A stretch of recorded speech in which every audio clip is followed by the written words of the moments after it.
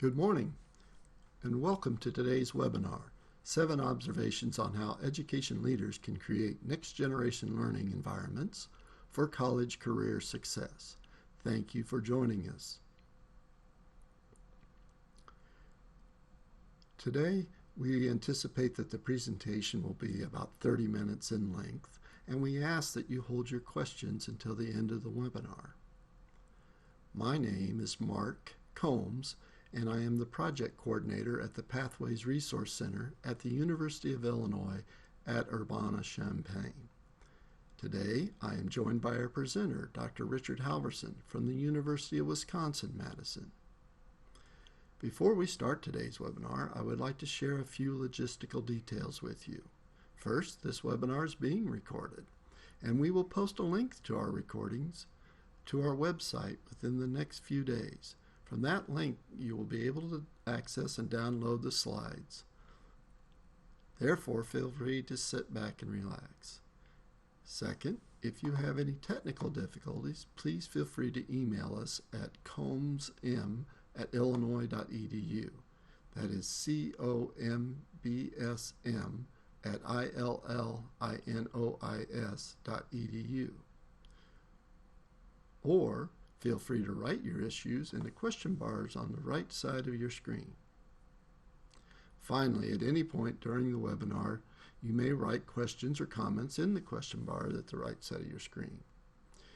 During the question and answer portion at the end of this webinar, we will address those questions. Also, at the end of the presentation, if you would like to ask a question live, we can unmute your microphone. We will provide our contact information so that you can get in touch with us following this presentation.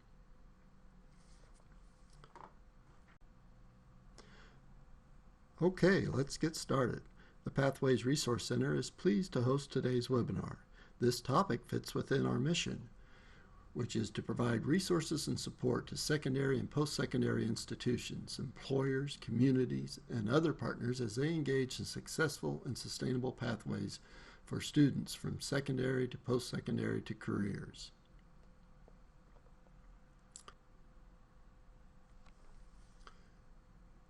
Today our presenter is Dr. Richard Halverson. Rich Halverson is a professor in educational leadership and policy analysis. He co-founded the Games Learning and Society Research Group at University of Wisconsin-Madison. He is a fellow at the Wisconsin Institutes for Discovery and is an affiliate member of the University of Wisconsin-Madison Curriculum and Instruction and Educational Psychology departments. He is also a founding member of the University of Wisconsin Learning Sciences program. Thank you for joining us, Dr. Halverson, and I turn it over to you. My name is Rich Halverson. I'm a professor here at UW-Madison, and I wanted to share with you some ideas on some changes that are in the air for basically learning environments and learning environment design that will influence how our young people both are prepared for and thrive with college readiness and college success. A lot of my comments today are going to be based in my experiences with the 3 groups that you see here on the screen, which I'll just talk briefly about and then come back to later. GLS is the Games Learning and Society Research Center. It's been, since 2003, it's been one of the world's leading organizations that helps think about the relation between digital media and learning. We study video games to understand their design principles and to figure out how we can use those design principles to reform the design of new learning environments. CALL, the Comprehensive Assessment of Leadership for Learning, is a project that I started in 2007 with my colleague Carolyn Kelly here at UW-Madison. It's designed to hit a sweet spot in the way we think about assessment in the K-12 world, trying to give school leaders and educators some good feedback on the kind of conditions that they see as necessary for improving learning for all students. And as I'll talk a little bit later, these sort of formative assessment tools that give feedback to the people in learning environments are going to be really important as we move forward for educators, but also for learners. And the last organization is Network Ed. I started this organization at UW with my colleague Jack Jorgensen about 2 years ago, and it's designed to create new kinds of partnerships with schools of education so that we can continue the process of redefining schools of education in terms of service and outreach and influence on practice. In the recent past, we've had a lot of emphasis on research that's designed to inform practice, but we don't think as much about practice that's designed to inform research. The Network Ed group is designed to create connections on both sides, both among smart practitioners interested in innovation, but also researchers who are interested in having influence in the world and creating new kinds of social capital that transform schools of education. So my talk today starts off with this interesting graphic, sort of a representation of the Google work calendar, where Google has this sort of innovative model for how to organize people's work time, where 80% of the time is company time and 20% of the time is for you to develop your own ideas. And I'd like to use this metaphor to talk about how we think about education research typically in education research organizations. A lot of the time we think about education research and improvement in terms of problem solving. Problem solving is really important because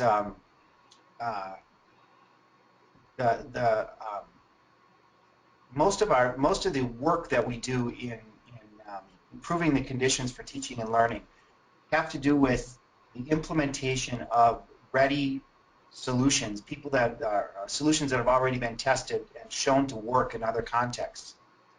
However, there's a lot of work that needs to be done in the area of problem setting as well. And problem setting is determining which problem you want to solve. And I think a lot of the most interesting work that you see in education research and education innovation has to do with determining the solution to problems that haven't yet been identified. I think a lot of folks, like in the U.S. Department of Education and some of our state departments of education, feel that problem solving is the work of most educators, that we have the solutions, we have data, and basically what we need to do is implement with fidelity. However, in recent years, I've come to think more about the problem setting side of education innovation. What if the kinds of problems that we are commissioned to solve as leaders in the education space, what if we haven't defined those yet? What if the solutions that we propose are part of the problem? How do we get out of the problem solving set and think more about problem setting? So today I want to talk a little bit about some of the problems that are in the making, some of the things that are sort of a pervasive sense of not failure, but a pervasive sense of where our system is falling short. We can think about our work in terms of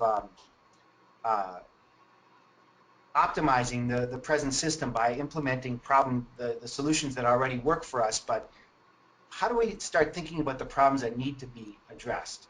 Richard Sennett is a researcher at Harvard, writer at Harvard, who in his book, The Culture of the New Capitalism, really talked about the idea that the kind of problems that we're going to be facing in the 21st century are problems of the limits of our institutions.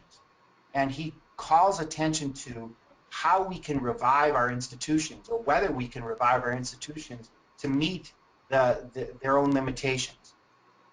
Sennett talks about how that the current sort of education and the economic complex, he calls it the vocational economy, and he says it still leaves behind the majority of young people and adults. He says he comments that the education system turns out large numbers of unemployable, educated young people. At least they're unemployable in the domains for which they have trained. And if you've been following the discussions about the work lives of the millennial generation, you'll find that we have a group of young people who are as educated as any have gone before, but also whose wages are falling pretty far behind their predecessors. And so Sennett's point is, given that the current system that we're trying to optimize is reaching its limits, where do we get our new ideas from? Eric Brynjolfsson and Andrew McAfee at MIT talk about the influence that technology has had on bringing about this world where we're seeing the limits of our institutions in the book, The Second Machine Age. They talk about how productivity has gone up in recent years, but employment has not caught up with productivity. So as you see toward the edge of this screen, as technology creates a more productive workplace for us, fewer and fewer people are being employed in that workplace. This is a graphic from Frank Levy and Richard Murnane, who wrote this in a book in 2006 about the future of the workforce. They talked about how the kinds of jobs that are going to continue to grow focus on complex computation and expert thinking. But the majority of our jobs are in routine cognitive, routine manual, and non-routine manual pieces of work. And so as the area of the economy that's growing is not the majority of our jobs. And this is also reflected in the work of a British sociologist named Guy Standing, who talks about the emergence of a group called the precariat. He calls it the new dangerous class. And when Sennett talked about the overeducated, underemployed young people, this is what Standing means by the precariat. The unemployment rates in Europe, which are not as bad in the U.S., but they're similar. You could see that some of the unemployment rates in some of the European countries is up around 25%. But this is an interesting slant on the precariat as well, is that while the unemployment rate in the U.S. is about almost 10% as of 2012, I think this was, 2010, the underemployment rate is hovering around 16%. So for practical purposes, you have about 25% of workers in the U.S. who don't have enough to do. They don't have enough wages. They have to work multiple low-wage jobs in order to get ahead. This is a sign, this is another example of this in 2013 among young college graduates, where it's even higher. It's up around 27% are either underemployed or unemployed.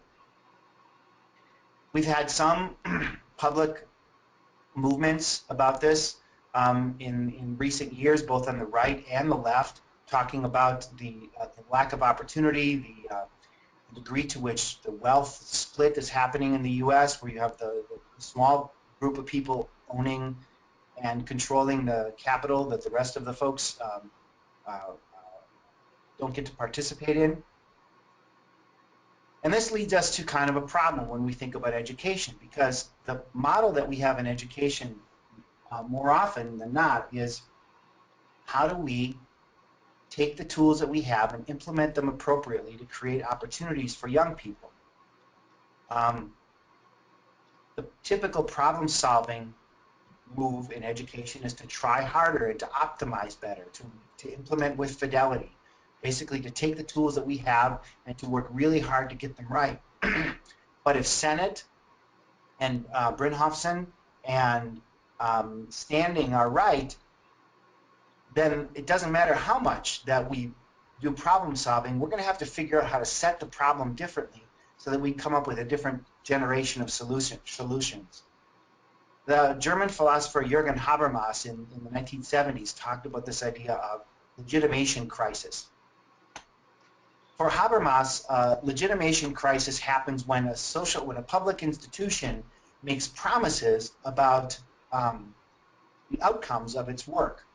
And when the institutions start writing checks that can't be cashed, you have a system crisis in the institution and a legitimation crisis in the public discourse.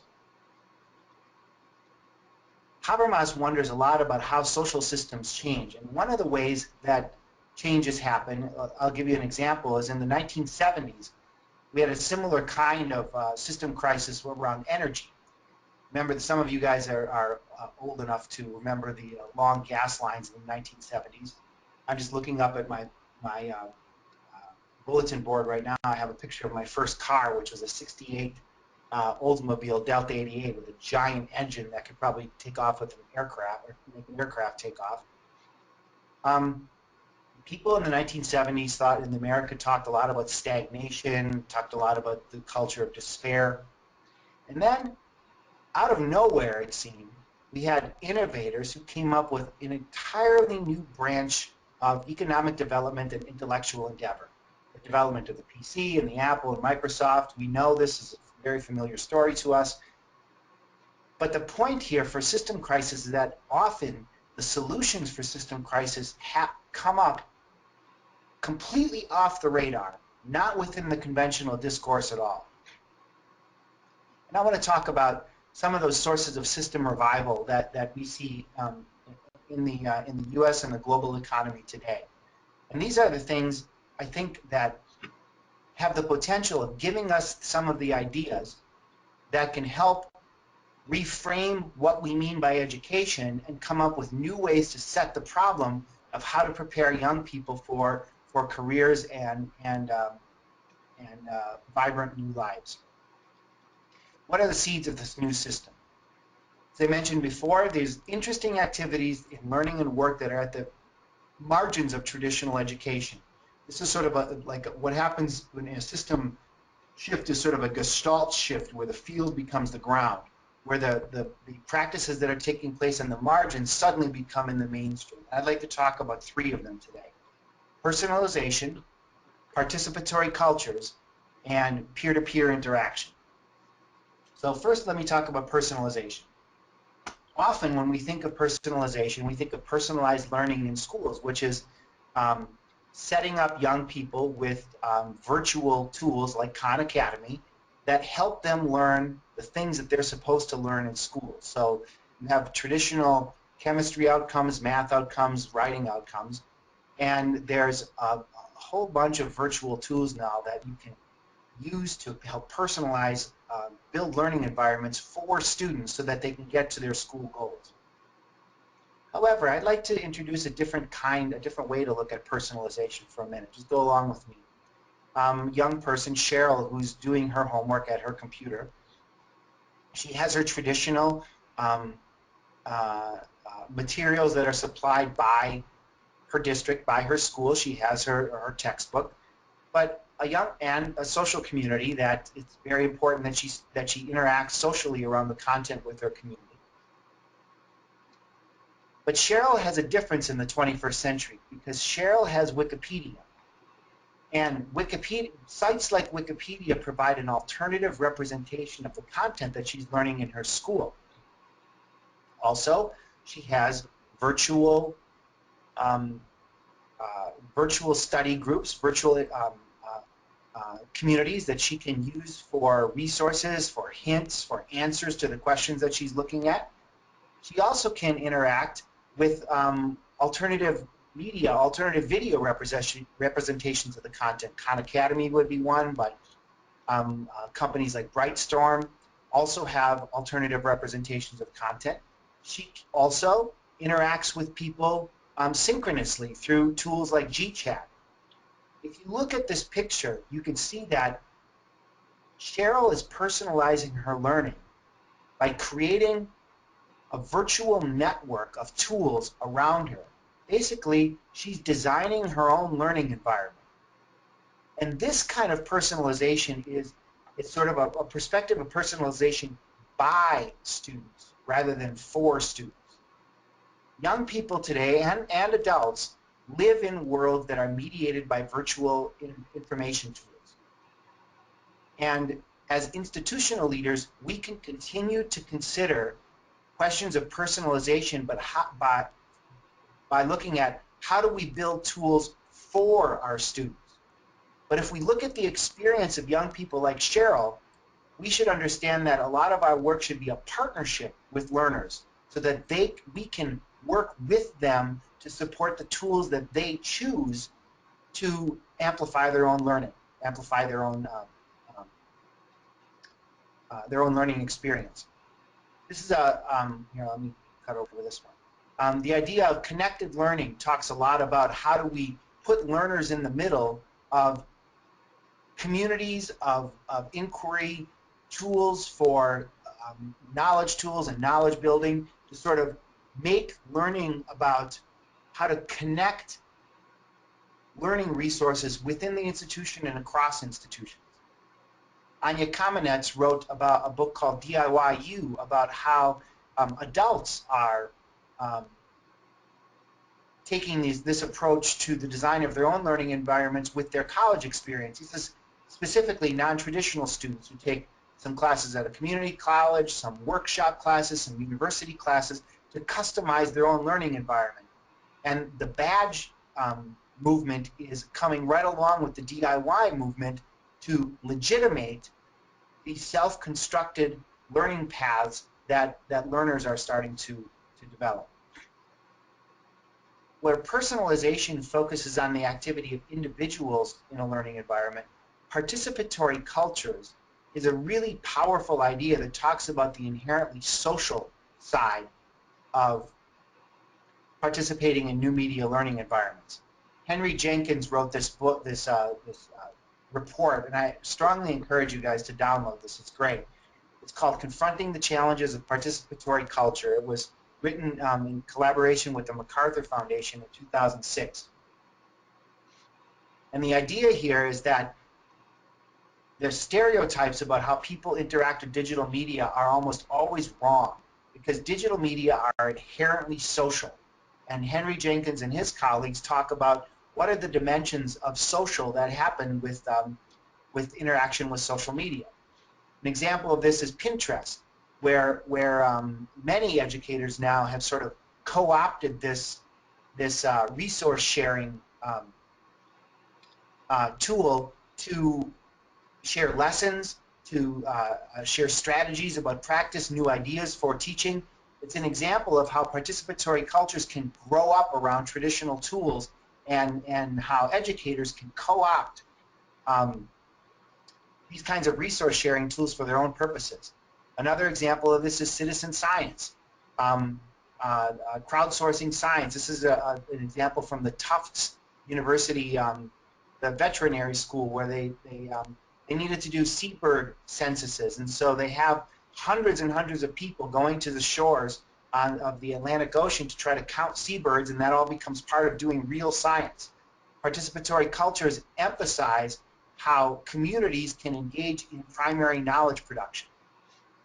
And of course, we all know about Minecraft, which started off as a video game and has blossomed into an incredible learning resource for young people, as you can see from this screen, where you could pick lessons in almost all the disciplines and almost all the age levels to teach specific concepts, but also teach exploration and 21st century learning skills.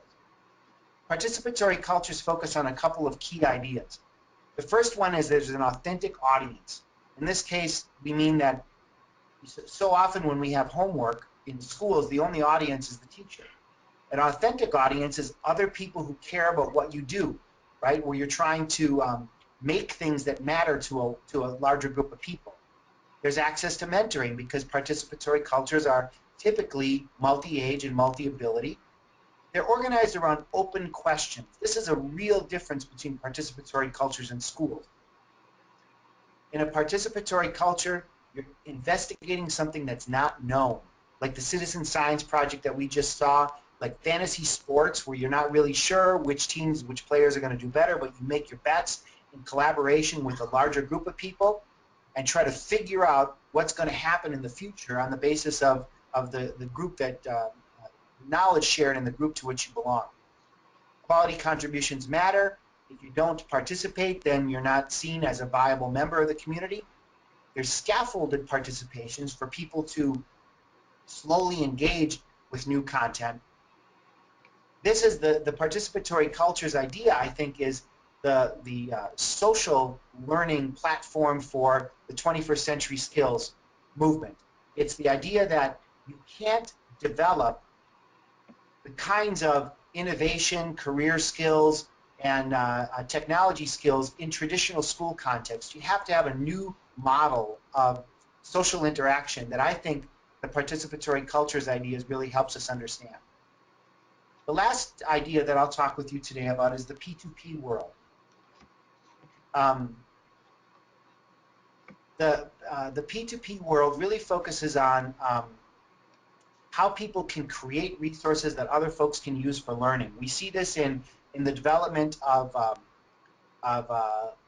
massively multiplayer online courses like, or massively open online courses like Coursera, where you have educators in one part of the world putting up courses so that anybody can participate in them. Also through sites like Code Academy, where anybody can learn coding. You can learn the basics of coding in all of the main languages for free with an interactive interface that allows you to progress in your skills with the help of a computer system and other learners. Clay Shirky talks a lot about the P2P world in his book Cognitive Surplus, where he says that for most of us, especially most of us in the West, we have a lot of leisure time, and the leisure time can be spent on, is increasingly spent on cognitively challenging activities. And if we can put the time that we spend in leisure into knowledge building activities, we can make all sorts of resources and all sorts of work that is engaging for people, even though you don't get paid for it. Shirky's work and others emphasizes how the connection between vocation that we have and we traditionally have had and meaningfulness in our work are starting to split from one another. The things we get paid for and the meaningful activities in which we engage are going in different directions. Michael Bowens talks a lot about the P2P culture. He's a researcher at the University of Amsterdam, and he talks about a lot of his work on a site called the Commons Transition, which is, as he says here, a database of practical experience and policy proposals aimed at achieving a more humane and environmentally grounded mode of societal organization. This idea is based on peer-to-peer dynamics, which are the people who make the resources and the people who use the resources connect directly with one another outside of the mediation of capital. So the peer-to-peer idea is that meaningful learning activities can be built and engaged in by people without the mediation of institutions. Things that he talks about, environments like Linux and Wikipedia as prime examples. There's a group here at the University of Wisconsin that's developing what's called microgrid systems, which are energy systems that can be built out of generic parts. So you can have complex and very robust energy production in third world developing countries for not very much money at all. And one of the leaders in the P2P world in education is Neil Gershenfeld with his idea of the Fab Lab. Fab Lab is about a $10,000 set of design tools, computer generation tools, welding, circuit boards, 3D printers that anybody can use to create really sophisticated production capacity for anywhere in the world, basically. And one of the cool things about the Fab Lab movement is that the blueprints for using the Fab Lab hardware is free. It's basically distributed on websites all around the world. Fab Labs are springing up. This is from a couple years ago now. They're springing up all around the world as a way to get very high-tech, cutting-edge production capacity to people in all different kinds of countries. So I talked a little bit about the P2P, participatory cultures, and personalized learning, and how those areas seem to be on the edges of our contemporary education space.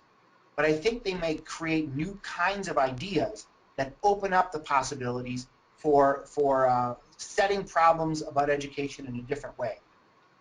Stephen Johnson wrote this, I think it's a really interesting book, Where Good Ideas Come From, A Natural History of Innovation. And he talks about how, this is his motto, chance favors the connected mind. He talks about the development of what he calls liquid networks. And liquid networks are communities of inquiry where people are trying to solve similar kinds of problems, not identical problems. So like in our world, perhaps you'd have special educators working alongside community college developers, working alongside learning scientists, working alongside digital media developers. All those people are trying to come up with new opportunities for young people and new career opportunities for people who graduate from our education spaces. When those networks are allowed to connect with one another, where they can start sharing insights from each other's worlds, new possibilities open up, new ways of framing the problem for potential solutions can open up to those existing communities. Liquid networks connect innovation communities in pursuit of answers to related but hard problems. And I think the ideas of personalization, participation, and peer-to-peer networking are really good opportunities for us in education to start connecting with folks who do this kind of work and let their grounding assumptions and their solutions move over into our work so that we can better understand the possibilities of how we can reframe our institutional work to address the needs, the emerging needs of young people. The problem with a problem-solving strategy is that even when you optimize your institution, there's always going to be people left out. As leaders of education institutions, we have to constantly be on the alert for problem-setting opportunities that allow us to see new kinds of problems. And we're in a fortunate situation in education, because there's so many different people who are trying to work in the education space, including folks in personalization, participatory cultures, and P2P worlds. If we start partnering with folks with expertise in those worlds, people like Nicole Pinkard and Sam Dyson in Chicago, who do work on the UMedia and the Hive network, and people who work on the Illini Cloud network in Illinois, those folks can help us see the problems of our spaces in new ways that open up new possibilities. I said earlier in my presentation, a lot of the insights that I've gotten from my talk today came from working, for example, with GLS, working with folks who develop digital media spaces, so that the assumptions that they make about learning are not the assumptions that we make about school learning. And how can we start to learn from across those ideas? And the network ed space, which I've been spending a lot of time in lately, which is basically take Stephen Johnson's liquid capital network idea and makes an institution out of it, where our job is to connect people who are doing parallel but related inquiry so they can start to learn from one another and open up new kinds of problem spaces to help solve the issues of the needs of young people in education today. All right, those are my comments for today. I'll be glad to take questions.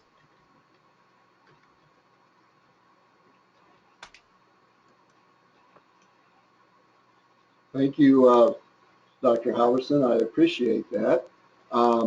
If you would, I believe I need you to click and turn control over to me. Let's see, you're the organizer, right? Okay. Right. How's that? That works. Okay. Very good. All right. Thank you very much. Thank you, Dr. Halverson, for the presentation. And we are at the question and answer portion of the webinar. A couple of you had some problems seeing slides. We will send those out with the recorded portion of the webinar. But at this point in time, if anyone has any questions, we would be glad to take those. And I will also unmute everybody so that they can verbally ask questions. All right.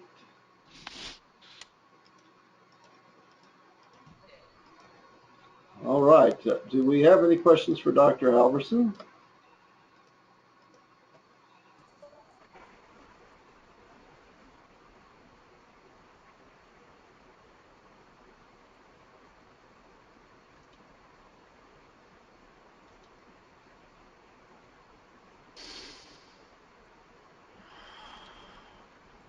Uh, we have one question here, Dr. Halverson, that came in on the chat portion of our webinar. They wanted to, when did you start seeing these changes in education and what led to your this area of your research? I was a, thank you for the question. I was a high school teacher and principal on the south side of Chicago. Those of you who are familiar with that area, I was at 159th Street in the Dan Ryan, so almost in Indiana. And I was there during almost all of the 1990s. And I started seeing, it was a small Catholic school, and I started seeing a real disconnect between the kinds of skills that young people were asked to use in their college and their careers and the kind of things we were teaching in high school. So I went to grad school at Northwestern, and I had a really great experience. I went to a program called the Learning Sciences at Northwestern, where they tore down the boundaries between computer science and cognitive psychology and education. And so it was one of my first really clear examples in how the ideas of one domain could inform the questions of another domain. And that sort of collaboration isn't easy, because that same thing also leads to a mismatch where people don't understand each other very clearly. But the kind of assumptions that cognitive psychologists and computer scientists make about education are very different than school people. School people see constraints all over the place, like we have to do this because of special ed. We have to do this because of the transcript system. We have to do this because it's the college pathway for young people. So there's a lot of have-tos. And I think participating in these sort of interdisciplinary communities allows you to see those constraints of our practices as affordances. You start to think, well, I get that I have to do it that way, but these folks don't think about it that way. So could I think about it in a different way? And since then, I've been really fortunate to be able to participate in a number of education communities. A number of education communities that support that sort of interdisciplinary inquiry. No, Wednesday I'll go straight, but today I came here first.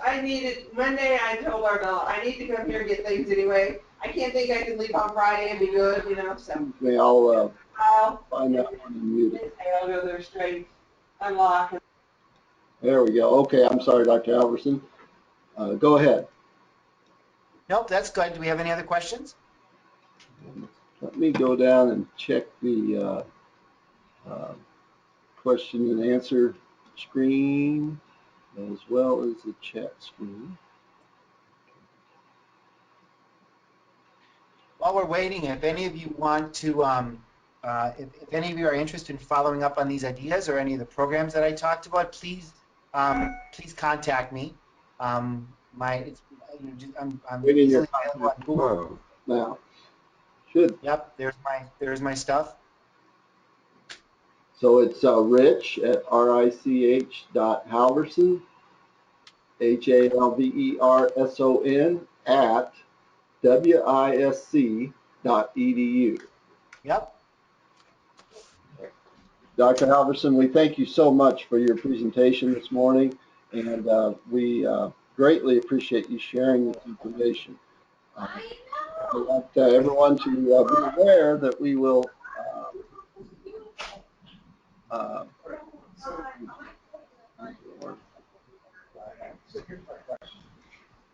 Well, thank you very much, everyone. I want to remind everyone that we will be recording today's slides and posting them to the website. Also, feel free to email Dr. Hackman at djhack@illinois.edu, and I'll be glad to send you a copy of the webinar, recorded webinar and slides as well. Thank you so much again, Dr. Halverson. We appreciate all that you've shared with us, and our webinar will be coming to a close. Have a good day. All right, thank you. Bye-bye.